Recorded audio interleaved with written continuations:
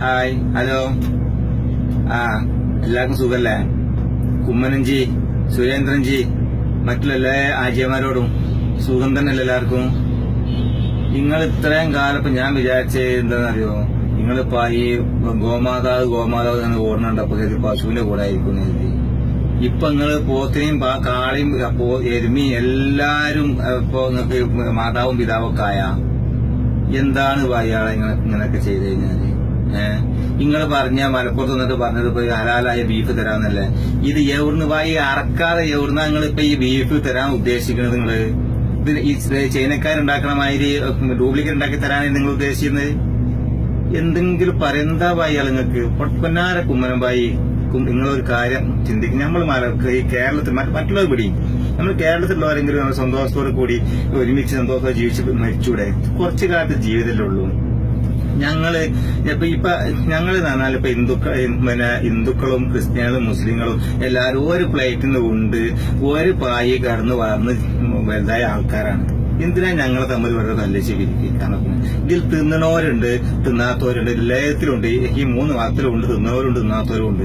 തിന്നവർ തിന്നോട്ടെ, തിന്നാത്തവർ തിന്നണ്ട. ഞമ്മക്ക് അങ്ങോട്ടൊരു കാര്യം പറയാൻ അറിയോ? ഇപ്പൊ ഈ ആട് പറയുന്നത് എന്താന്ന് വെച്ച് കഴിഞ്ഞാൽ, ആട് പറയുന്നത് ഞാൻ നാലുകാലല്ലേ നടക്കുന്നത്, ഞാൻ നാൽക്കാലിയല്ലേ, ഞാൻ തരണത് പാലല്ലേ, എന്നെന്താ നിങ്ങൾ പരിഗണിക്കാത്തത്? എന്നാ പിന്നെ നിങ്ങൾ അതിനും കൂടി നിങ്ങളൊന്ന് ഒഴിവാക്കി കൊടുക്കി. ഇപ്പൊ എത്ര കോഴികളാണ് ഈ ആയിരക്കണക്കിന് കോഴികൾ ദിവസം കൊല്ലണ ഇവര്. അതൊന്നും നിർത്തിക്കൂടെ? എത്ര ഒരു മീൻ അതൊന്നും മീനിനെ ഇവര് തിന്നണില്ലേ? ഇതൊക്കെ ജീവനല്ല എന്റെ പൊന്നാരക്കുമ്മന. ഇത് നിങ്ങളൊന്ന് പോയി പറഞ്ഞു കൊടുക്കി. നമുക്ക് ഹിന്ദിയിൽ ഇങ്ങനെ പറഞ്ഞവർക്ക് മനസ്സിലാവില്ല, നമ്മളെ മോഡിജിക്ക് നമ്മൾ മനസ്സിലാവില്ല. അതുകൊണ്ടാ നിങ്ങളോട് വരാൻ പറഞ്ഞത്. നിങ്ങളൊന്ന് പോയിട്ടൊന്ന് അതുകൊണ്ടൊന്ന് പറഞ്ഞു കൊടുക്കി. പിന്നെ ഈ നിങ്ങൾ പറ്റുന്നുണ്ടെങ്കിൽ നിങ്ങൾ എന്ത് ചെയ്യാന്നറിയോ?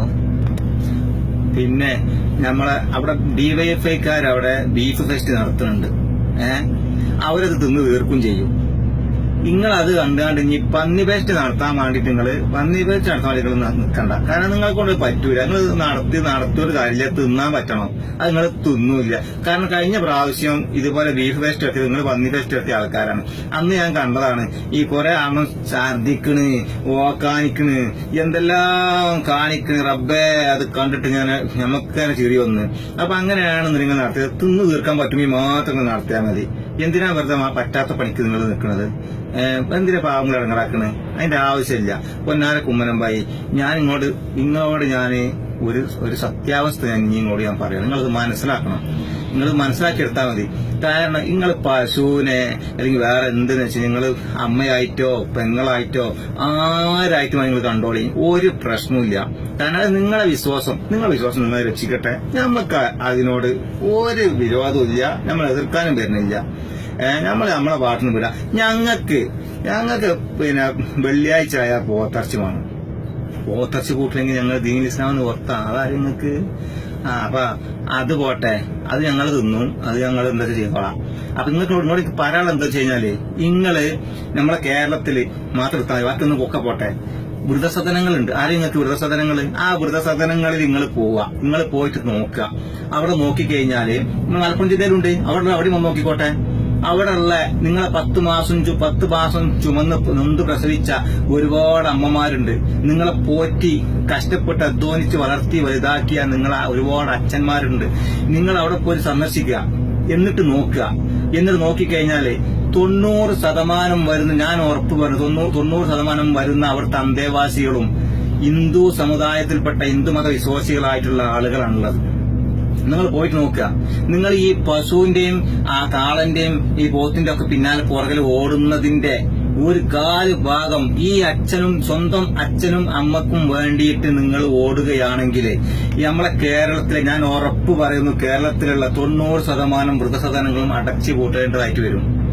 ആദ്യം പെറ്റ അമ്മയും പോറ്റിയ അച്ഛനെയും നിങ്ങളൊന്ന് ശ്രദ്ധിക്കാൻ നോക്കി. അതിനുശേഷം പിന്നെ മൃഗങ്ങളെ പിന്നാലെ പാഞ്ഞോളി. നിങ്ങളെ വിശ്വാസമാണ്, നിങ്ങൾ ചെയ്തോ. നമുക്കൊരു പ്രശ്നമില്ല, നിങ്ങൾ ചെയ്യണീന്ന്. മനസ്സിലായ? അപ്പൊ അതിനൊരു വിരോധമില്ല. നിങ്ങൾ ചെയ്തോ. നിങ്ങളെ വിശ്വാസമാണ്. നമ്മളെ വിശ്വാസം ഞങ്ങളെ രക്ഷിക്കട്ടെ, നിങ്ങളെ വിശ്വാസം നിങ്ങളെ രക്ഷിച്ചോട്ടെ, നമുക്ക് ഒരു പ്രശ്നമില്ല. അപ്പൊ നിങ്ങളോട് പറയാനുള്ളത് അതാണ്. നിങ്ങൾ ആദ്യം വൃദ്ധസദനം പോലീസ് അവിടെ ഒന്ന് പോയിട്ട് നോക്കി. അവിടെ പാവപ്പെട്ട അമ്മമാരും പിന്നെ അച്ഛന്മാരും 90% സത്യം ഞാൻ പറഞ്ഞത് അത് ഹിന്ദു സമുദായത്തിൽപ്പെട്ട ഹിന്ദു മത വിശ്വാസികളാണ്. അവിടെ പോയി നിങ്ങൾ അവരെ രക്ഷിക്കാൻ നോക്കി ആദ്യം അങ്ങനെയെങ്കിലും. എന്നിട്ട് മതി നിങ്ങൾ ഈ പശുവിന്റെ ഒപ്പം പാഞ്ചോളി കുഴപ്പമില്ല, അതിന്റെ ഒപ്പം പായന ഒരു 4 ഭാഗം അച്ഛനും അമ്മക്കും വേണ്ടിയിട്ട് നിങ്ങളൊന്ന് പായി എന്ന വൃദ്ധസദനങ്ങൾ അടച്ചു കൂട്ടേണ്ടതായിട്ട് വരും. കാരണം സുഖമാണ്, അതാണ് നിങ്ങൾ ചെയ്യേണ്ടത് നല്ല കാര്യം. ഞാൻ ഈ പറഞ്ഞതിന്റെ പേരില് നിങ്ങള് എന്നെ തല്ലാനും കൊല്ലാനും പറയും. ഞാൻ നല്ലൊരു കാര്യം നിങ്ങൾക്ക് പറഞ്ഞു തന്നിട്ടുള്ളൂ. ഇനി നിങ്ങൾക്ക് എന്നെ തല്ലാനും കൊല്ലാനും പോയിട്ടുണ്ടെന്നുണ്ടെങ്കിൽ പുറകിൽ നിന്ന് അടിച്ച് നിങ്ങൾക്ക് ശീലമുള്ളത്. എന്റെ പുറകിൽ നിന്ന് അടിച്ച് ഞാൻ അത് തടുക്കാൻ ഞാൻ പഠിച്ചിട്ടില്ല. സത്യം പറയാറാ. നിങ്ങൾ മുമ്പ് കൂടി പോയി നിങ്ങൾ വരുമ്പോ ഒരു സംഘമായിട്ടുള്ള വരിക. അപ്പൊ അത് സംഘമായിട്ട് വന്നിട്ട് നിങ്ങളെ തച്ചോളി കുഴപ്പമില്ല. എന്നാൽ നിങ്ങൾ 10 അല്ലെങ്കിൽ ഒരു തല്ലെങ്കിൽ എങ്ങനെ നിങ്ങൾക്ക് തിരിച്ചു തല്ലാൻ പറ്റുമോ നോക്കാലോ. അപ്പോ ആൾക്കാരടിയിൽ എനിക്കൊരു മാനുണ്ട്. കാരണം അവൻ പൊരുതി തോറ്റു അല്ലെങ്കിൽ പൊരുതി മരിച്ചു എന്നൊക്കെ പറയാം. നിങ്ങൾ പുറകെ നിന്ന് തല്ലി കൊന്നിട്ടുണ്ടെങ്കിൽ ആൾക്കാർ പറയും അവനെ സംഘികൾ തല്ലിക്കൊന്ന് എന്ന് പറയും. അത് എനിക്ക് നാണക്കേടാണ്. അതുകൊണ്ടാണ് ഞാൻ പറഞ്ഞത് എനിക്ക് പറയാനുള്ളത് വെച്ച് കഴിഞ്ഞാൽ ഞങ്ങൾ വരാൻ മുമ്പ് കൂടി ഒന്ന് തച്ചിങ്ങൾ കൊന്നോളിയും കുഴപ്പമൊന്നുമില്ല. ഞാൻ തിരിച്ച് നിങ്ങളും തല്ല പട്ടിണി അവർ ഞാനും തച്ചോളാം. അപ്പോ ഒന്നെങ്കിൽ ഇത് കൊടുക്കാലോ, എന്നിട്ട് മരിച്ചാലും കുഴപ്പമില്ല. എനിക്കിനോട് പറയാനുള്ളത് ഞാൻ നല്ലൊരു കാര്യം നിങ്ങൾക്ക് പറഞ്ഞു തന്നിട്ടുള്ളൂ. അതുകൊണ്ട് നിങ്ങൾ എന്നെ തല്ലാനും കൊല്ലാനും വരണ്ട. അതാണ് എനിക്ക് നിങ്ങളോട് പറയാനുള്ള അപേക്ഷയാണ്. മനസ്സിലായില്ല? നിങ്ങൾ മനസ്സിലാക്കി നിങ്ങൾ ചിന്തിച്ചാൽ മതി. നിങ്ങൾ ചിന്തിച്ചിട്ട് നിങ്ങൾ എന്നെ തല്ലാൻ വന്നോളി, എനിക്ക് കുഴപ്പമില്ല. പിന്നെ നിങ്ങൾ അത്ര ഒന്നുമില്ലെങ്കിലും നമ്മളും വലിയ മോശമൊന്നുമില്ല. അപ്പൊ അത് വിടിയും. ഓക്കെ സഖാവിടാ.